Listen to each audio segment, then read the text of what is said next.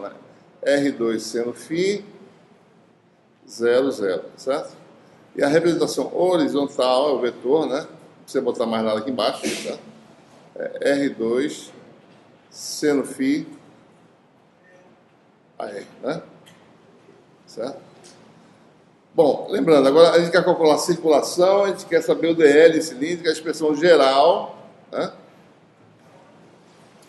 R, desculpa, dr AR, né?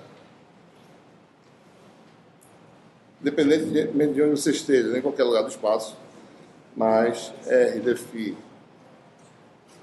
a φ mais dz a z.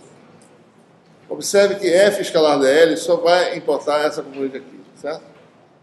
Em qualquer situação, f escalar dl sempre vai dar R2 seno φ dr, certo? Tá? Onde quer que seja. Porque f só tem a componente radial, então f dl é sempre isso. Antes da gente calcular isso, eu gostaria só de ilustrar para vocês quem seria de fato o dl nos três segmentos, certo? Né? Nesse segmento aqui, quem seria o dl, certo? Né? Nesse aqui, quem seria o dl? E nesse aqui, quem seria o dl? Ele não vai precisar disso, porque eu já falei que só vai precisar da componente radial, mas só para te ilustrar, né? Como representar o dl dado uma equação de caminho, lembre-se, né? Em C1, φ é igual a π sobre 2, né? E olha a expressão para o dl geral, certo? Está aqui. Essa expressão geral, né? dr é variável, φ é constante e dφ é igual a quanto? 0, certo? φ igual a π sobre 2, dφ igual a 0, né? Z igual a 0, então dz vale 0. Então, em C1, independentemente de para onde você vá, nesse caminho aqui, dl vale de fato dr a r, né? Sobre C2, z igual a 0, certo? Né? E r seno de φ vale 2. Só lembrando aqui, né? Então, o dl tem aquela expressão geral, né? dl vai ser dr a r mais r dφ a φ mais dz, mas é igual a 0, certo? Mais dz a z que dá 0. Por outro lado, isso aqui não são independentes, estão amarrados por essa relação, né? Então, por exemplo, isso aqui, essa componente aqui pode ser escrita como 2 sobre seno de φ dφ. Então, sobre C2, parametrizando em relação a φ, você teria essa expressão geral para o dl, né? Uma componente radial, variável, porque R varia, certo? E uma componente aí azimutal, variável, inteiramente em função de φ aqui, certo? E, finalmente, sobre C3, o seu dl seria dr a r e não menos dr a r, aquilo que eu falei na última aula, né? Apesar de r estar diminuindo, o dl, a expressão geral dele é dr a r, certo? φ igual a π sobre 4, então dφ igual a 0, a segunda componente some, z igual a 0, dz igual a 0, certo? Então a expressão do dl nesse caminho C3 é essa aqui, e não menos dr a r, certo? Quem vai cuidar disso, como eu falei, é quando você integra a expressão limite inferior e superior. Ele que vai dizer o sinal do resultado. Certo? Você nunca coloca o sinal na diferencial da variável, né? Isso fica aqui. Mesma expressão do lado de cá, né? E no caso da gente, a gente já sabia, não precisava do resto, mas só para ilustrar, o nosso resultado vai dar isso aqui. Então, a nossa circulação vai ser integral sobre C1, R varia, né? De 0 a 2. Né?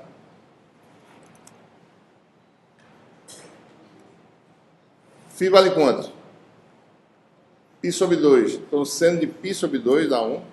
Então, a integral de R2 dr. Mais integral de 2, variando R só, tá? Vai ser 2 raiz de 2. Deixa eu botar mais para baixo.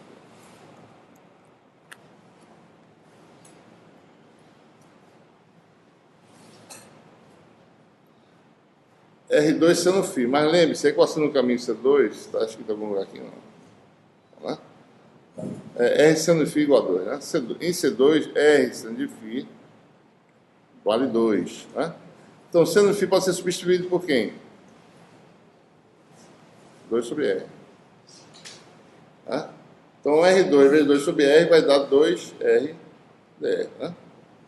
Mais a última integral, a integral do valor inicial de R, que é 2R de 2, até o valor final, que é 2, né?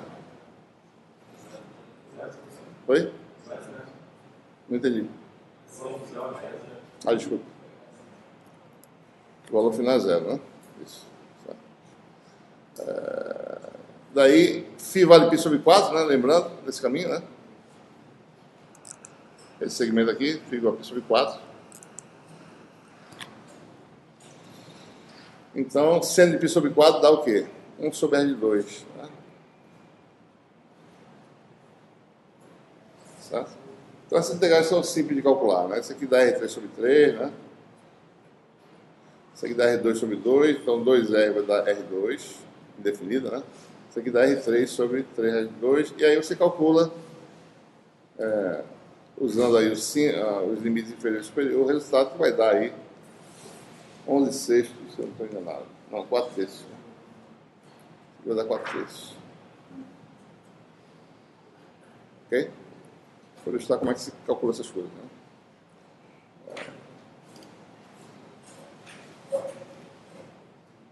Muito bem. Vamos agora passar para integral de superfície, né? Uma dúvida aí?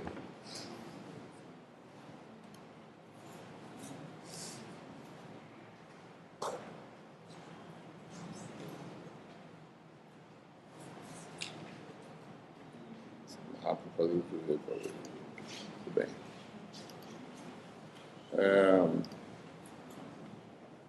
Vou passar agora para uma próxima tipo de operação de integração, integral de superfície, né? E aí você tem, geralmente, né, situações que a gente vai se deparar, né? Então, na integral de superfície, nós temos aí, geralmente, uma superfície qualquer, aberta ou fechada, né? Um elemento de área, chamado de ds. Né? A gente também vai usar em algumas situações o conceito de vetor área diferencial.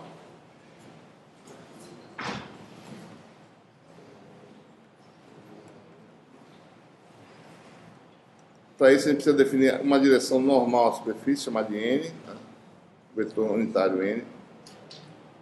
Então, por definição, o vetor área diferencial é escrito dessa forma. É um vetor cujo módulo é o elemento de área.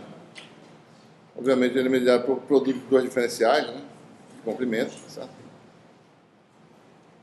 E a direção desse vetor é a direção normal. Né? Então, aí a gente pode formar, dependendo se você tem uma função escalar ou um campo vetorial, você pode formar vários tipos de integrais. Né? Posso fazer integral de superfície convencional, certo? Integral de f, né? ds. Me dá um escalar. Por exemplo, f pode ser uma densidade de carga superficial num condutor e essa superfície do condutor, né? Então, você, quando integra, você obtém a carga desse condutor, né? Essa é uma possibilidade, certo? Outra possibilidade é você calcular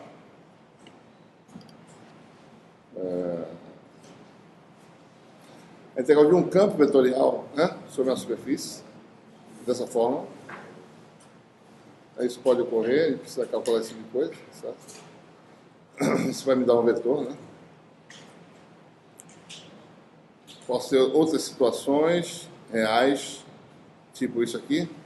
Integral do produto vetorial do elemento de área, o vetor área diferencial com o campo vetorial.